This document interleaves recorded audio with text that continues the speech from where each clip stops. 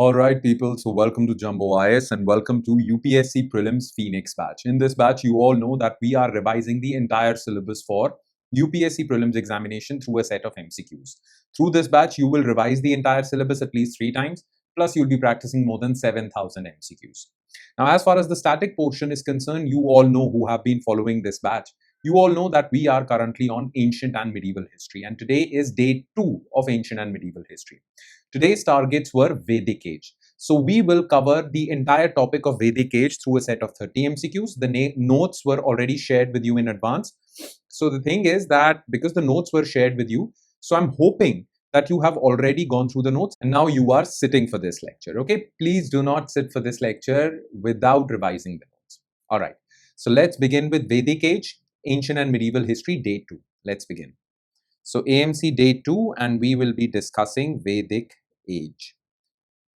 Now you should know this, that Vedic age is basically where India's history starts. Before that, it was prehistory or proto-history. We have discussed all of that. Now this is when written texts for India's history, were available. The Vedas were the written text through which we were able to construct this history, Vedic age. Right? So let's talk about Vedic age through a set of MCQs. By the way, before starting, you should know this. I'm sure you already know this, that the Vedic age can be divided into 2 parts. Early Vedic age, okay, whose information about which was available to us through Rig Veda, the earliest Veda, and then the later Vedic age. Okay, the information about later Vedic age comes to us through Yajurved, Samved, Atharva Ved, right? These were later Vedic texts. Of course, there were Brahmanas, Aranyakas, Upanishads related to that. So many texts were available. But this is the basic point that you should be, that you should be aware of. All right, let's start with question number 1. The term Rashtra and territorial administration appeared in later Vedic period. Yes. Which of the following statements are correctly detailing the changes which took place in the later Vedic period? Okay, from early Vedic to later Vedic, what were the changes that happened? So regular army appeared in this period. Shudras never participated in royal rituals. 4-ashram system was not well established. Queens could take part in coronation ceremony of the kings. Okay, so yes, in the early Vedic period, there were no regular soldiers. Okay, there were farmers or like common people who used to fight in war. So there was no fixed regular army. This is correct. Shudras never participated in royal rituals in the later Vedic period. Yes. The Varnashram ashram system, the 4 ashrams, the 4 phases of life. You should know this. Okay, Brahmacharya, Grihastha, Vanprastha, and Sannyas. Right.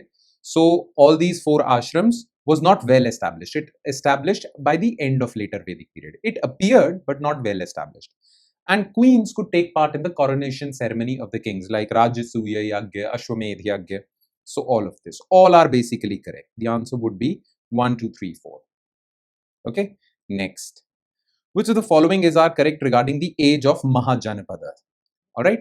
So there was early Vedic period, then later Vedic period, and then big kingdoms appeared which were called Mahajanapada. Janapada was a kingdom which appeared in later Vedic period, and big kingdoms Mahajanapada like Magad and all. So which of the following are correct regarding the age of Mahajanapadas? Brahmins and Sreshthis or Sethis were given revenue rights over the land received by them as grants. Gramini was the leader of tribal military unit only. Tax was paid both in terms of cash as well as kind.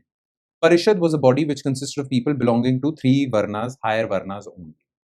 Okay. So land grant system did not appear. It appeared later during the Gupta period. Land grant system was not that prevalent. And mostly if it was, mostly Brahmins would be given this. So Sethis basically belong to Vaishya Varna. So this is false. Gramini was the village leader. As the name suggests, if you are a little bit familiar with Sanskrit. So Gramini means, Gram means village. So he was the village leader, not the head of a military unit. So this is false. Okay. Tax became compulsory. In the early Vedic period, tax was not compulsory. It was called Bali, which was voluntary. Okay. It was voluntary donations. But in the later Vedic period, tax became compulsory. of course, and it was paid in both cash as well as kind. So this is correct. Now, to advise the king, there was an advisory council, okay, also known as Mantri Parishad. It consisted of scholars, mostly from Brahmin Varna. Okay, so Parishad was a body which consisted of people to advise the king, advisory body, advisory council for the king, and no, only Brahmins were there, not even Kshatriyas. So this is false. The answer would be only 3D. Okay, next. Consider the following statements regarding Rig Vedic society. That means the early Vedic age. Vrajapati enjoyed authority over large land and pasture ground. Bali was a compulsory offering received by officers from the people. There was no territorial administration system. Okay, so we all know this, that Bali was voluntary. I just mentioned this. So this is false. We are talking about Rig Veda. Vrajapati enjoyed authority over large land and pasture ground. This is correct. Okay. And there was no territorial administration. Yes, because during the early Vedic period, people were nomads. They were cattle herders, or they were pastoralists. They were not settled village farmers. So there was no territorial administration. This is correct. The answer would come out to be 1 and 3. Okay. Next. Consider the following statements regarding Rig Vedic king, who was called Rajan. In Rig Vedic period, the king's post was strictly hereditary. These kings enjoyed unlimited power on their subjects. Okay. So Rig Vedic period was more egalitarian. First of all, the king or the Rajan was not hereditary. Okay, he was not hereditary. I mean, as a rule, it was not hereditary, and he had to maintain the confidence of the people. People had the power to remove him also, choose another Rajan. Clear? Plus, the thing is that he did not enjoy unlimited power, because people can overthrow the Rajan anytime.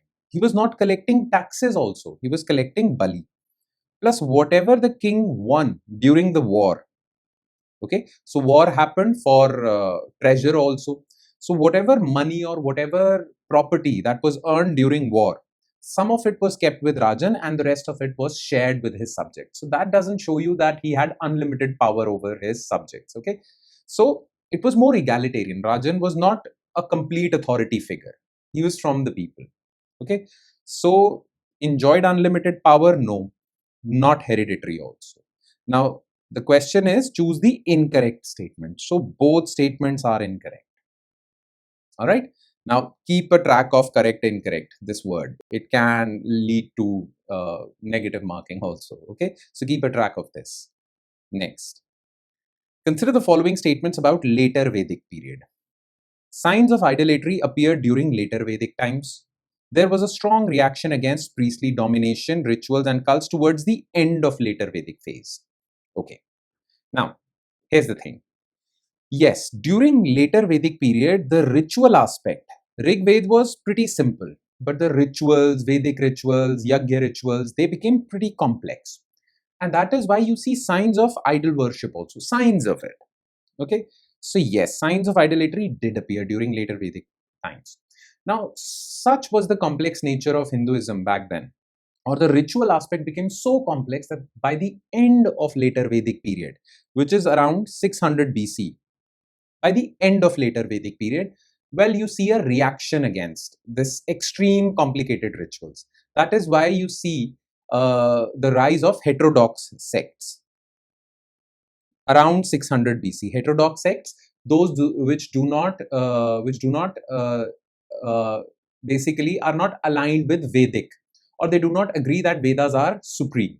Okay, heterodox sects like Buddhism, Jainism, Ajivika, they appeared as a reaction to extremely complicated ritual aspect of later Vedic period. Okay, so this part is correct. So both are correct. Clear? Next.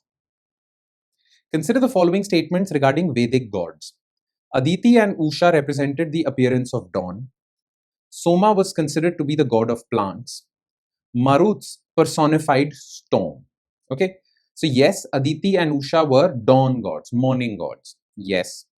Soma was considered to be the god of plants, and certain plants they were used to extract some liquid also, which was consumed, and it is believed it led to, it was a psychedelic. Some people believe that again. But Soma was the god of plants, and some liquid that was extracted from those plants was also called Somras. So it is again speculation only. The historians are speculating. Nonetheless, this statement is absolutely correct. Okay. Then Maruts, basically Indra, was the god of storm, and he had assistants, or there were people, there were gods or sub-gods or demigods along with Indra. Those were called Maruts. So Maruts personified storm. This is also correct. So Maruts accompanied Indra, the god of storm and war also. So the answer would be all of the above. D. Okay. Next. Which of the following statements are incorrect? Now remember, incorrect. Regarding socio-economic life of early Vedic or Rig Vedic period. Agriculture was the main occupation of the people. People used to live in fortified mud settlements. Rig Vedic people didn't have the knowledge of iron. Both men and women used to wear ornaments. Now remember, in Rig Vedic period, iron was not discovered. Iron was discovered in the later Vedic period.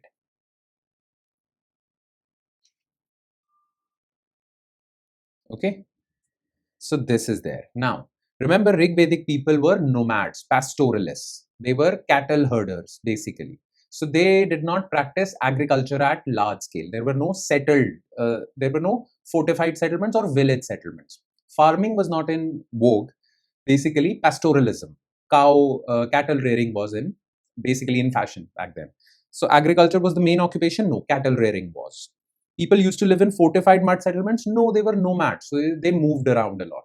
And people who move around a lot don't live in fortified mud settlements. Okay. Rig Vedic people didn't have knowledge of iron. This is correct. And both men and women. Generally, it is believed that women used to wear jewelry and ornaments. But no, both men and women wore jewelry and ornaments, whatever jewelry was available. So yes, this is correct. But they asked incorrect statement. So 1 and 2 only. Okay. Next.